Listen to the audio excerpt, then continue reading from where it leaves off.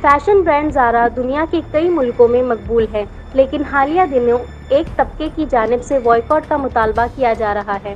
زارا کی ایک ڈیزائنر نے فلسطینی ماڈل کے ساتھ انسٹاگرام پر نسل پرستانہ الفاظ استعمال کیے تھے۔ سوشل میڈیا پر بہت سے مسلمانوں نے زارا سے معافی کا مطالبہ کیا تھا اور بہت سے لوگوں نے بائیکاٹ کا اعلان کر دیا۔ زارا نے شکایت کے بعد معافی مانگ لی تھی۔ برانڈ انتظامیہ کا کہنا ہے کہ ہم کسی قسم کا امتیازی سلوک نہیں کرتے۔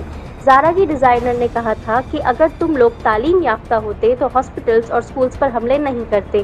اس کے بعد کئی لوگوں نے زارا سے ای میل کر کے شکایت کی تھی۔ مسلم ملکوں میں صارفین نے زارا سے ماڈل کو نوکری سے نکال دینے کا بھی مطالبہ کیا، ورنہ وہ لوگ زارا سے کپڑے خریدنا بند کر دیں۔ پاکستان، ترکی اور عرب کنٹریز کے علاوہ دیگر ملکوں کے مسلمان اس واقعے سے ناراض ہیں۔ مسلم خواتین کی زارا پر تنقید جاری ہے۔ بیورو رپورٹ، تبصرہ پوائنٹ۔